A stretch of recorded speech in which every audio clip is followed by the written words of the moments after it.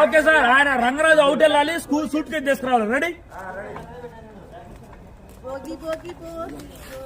చెప్పు రంగరాజు గారు అని. ఇది భోగి అనుకోవద్దు. స్వర వచ్చినప్పుడు అదే చెప్పాను. స్వర వచ్చినప్పుడు కూడా నేను అదే చెప్పాను. విశాల్ స్వరని పెళ్లి చేసుకుంటాడు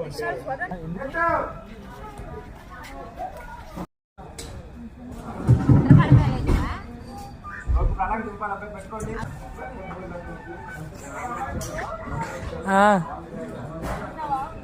ఉన్నాను.